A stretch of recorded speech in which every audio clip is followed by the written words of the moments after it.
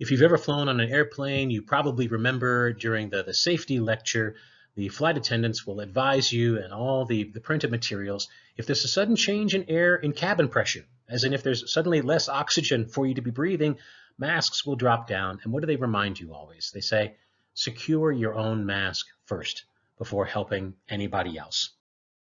And that's important. If you're like me, you wonder, will I be able to secure my own mask and ignore my child for those few seconds? It's a hard question. But we need to make sure we're doing things in the right order.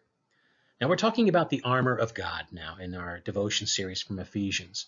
And if I ask my son if he would like to go play war, the first thing that he will pick up is a sword. He'll pick up a stick and pretend that it's a sword, and then after that he might pick up a shield or something like that, but weapons come to mind first. And probably for a lot of us, when we think about the armor of God, we think about how it's supposed to relate to others. That's what armor feels like, being part of a war. It feels about it seems like what you do to others. But the Word of God says, actually, for the armor of God, the first step is a little bit more basic. Ephesians 6:14 says, stand therefore, having fastened on the belt of truth.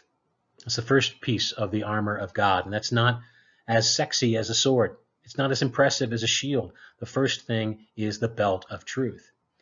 But we have to understand that the belt for a Roman soldier, that was the gold standard in these days, the belt wasn't a decorative item as a part of the armor. It was the functional basis for the entire panoply, the entire suit of armor. It was the foundation.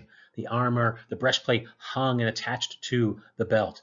The sword was lashed to the belt. It helps you bear up and bear under the weight in carrying and moving with the armor. The belt was more like a weightlifter's belt to give you support. And it was the first thing that you put on. It was the belt we see now for the armor of God. It's the belt of truth. Why is it the belt of truth? Because you're in a war against the father of lies. You're going to need to be built up. You're going to need to be braced. You're going to need to be supported by the truth about you.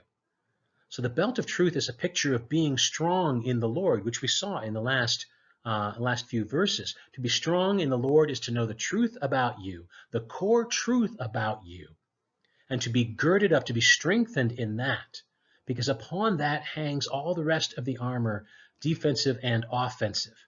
You are a child of God, saved by grace. The gospel is the core truth about your identity. So when Ephesians 6:14 says, having fastened on the belt of truth, it reminds you, secure your own mask first. Deal with your own need for the gospel first. So are we doing that? Are we living like that? Is the gospel the core of my identity? Is the core of my identity a sense of being a beloved child of God? And a way for me to gauge if that's true or not is to see where my heart goes, what turmoil it encounters when I fail, or when I'm criticized, when I feel like I am lessened or assaulted in this world. Where does my heart go? Does it fall back on the core truth about me as determined by God, the only one with authority to speak over my life? Do I have the belt of truth fastened on around me, and does it give me my strength? So the word of God to you and to me today is to gird on the belt of truth. God's authoritative word, his loving, caring, protective word over you and over your life. You go in his grace and his peace. You're a soldier in his army. You are his child in his household, and he won't forget you. Bless you today.